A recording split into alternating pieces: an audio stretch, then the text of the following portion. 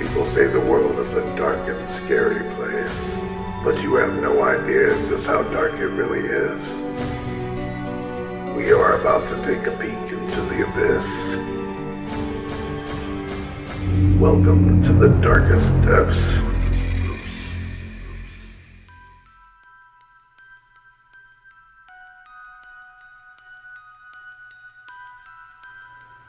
7-year-old Jessica Dubroff grew up in an unconventional lifestyle, with her not owning toys, a TV, or never enrolling in school. Jessica began taking flight lessons on her 6th birthday and was enthusiastic about flying. Her father, Lloyd Dubroff, suggested the idea of a coast-to-coast flight, which his daughter readily accepted. They decided to name the flight Sea to Shining Sea. Lloyd ordered custom-made hats and t-shirts with that logo to distribute as souvenirs during the stops. Although billed by the media as a pilot, Jessica's age meant that she was technically and legally no such thing. She didn't possess a medical or student pilot certificate, as these are restricted to those over the age of 16, according to FAA regulations. But that didn't mean that Jessica wasn't in full control of the flight.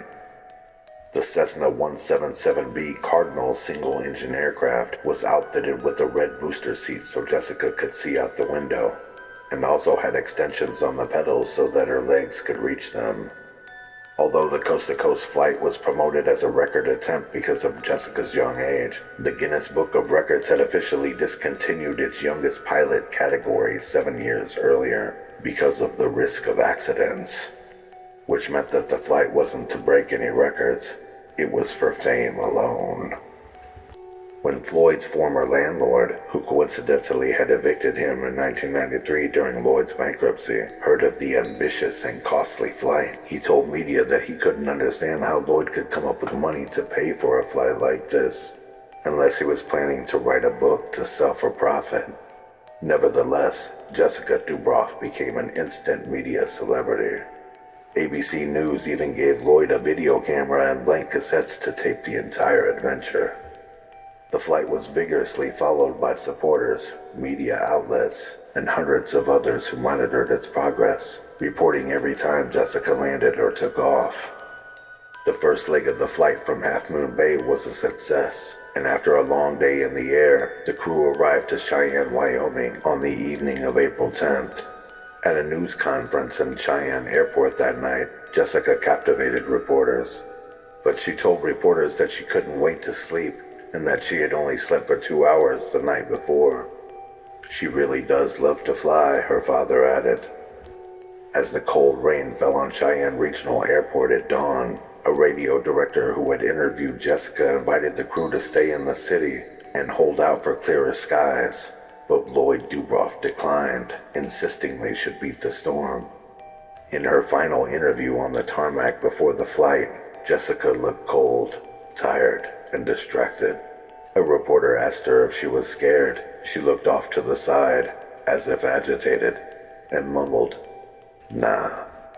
As the Cessna taxied to the runway with all 3 crew members on board, the heavens opened.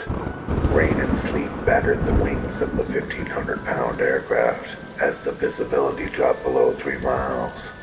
Cheyenne Control Tower advised the cockpit that in these conditions, only special visual flight operations could proceed. As the onlookers with signs reading "Good luck, Jessica" cheered her throughout the oncoming storm, the flight instructor requested special clearance from the tower, and got it. The plane took off at 8:24 a.m.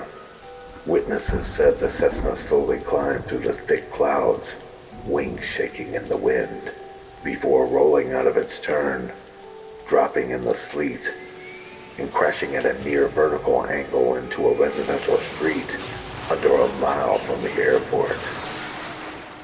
Jessica Dubroff, her father, and the flight instructor, all 3 were killed instantly.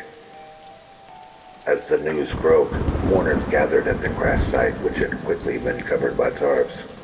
The scene was littered with carnage, along with hundreds of hats all over the ground.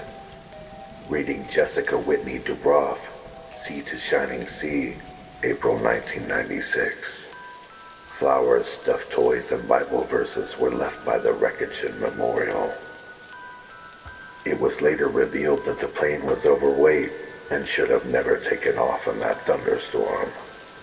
The National Transportation Safety Board concluded that contributing to the pilot and command's decision to take off was a desire to adhere to an overly ambitious itinerary, in part because of media commitments. Their investigation saw the flight instructor as the only pilot in control of the plane at the time of its destruction. The Cheyenne police chief told reporters that the bodies were too mangled to see who was in the pilot's seat, but eyewitnesses say that it was indeed little Jessica. Her last words recorded by the flight tower were, "Do you hear the rain?"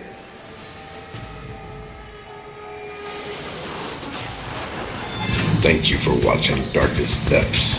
Follow on YouTube, Instagram, and TikTok for the absolute worst that humanity has to offer in true crime and horror. Merchandise available through teespring.com.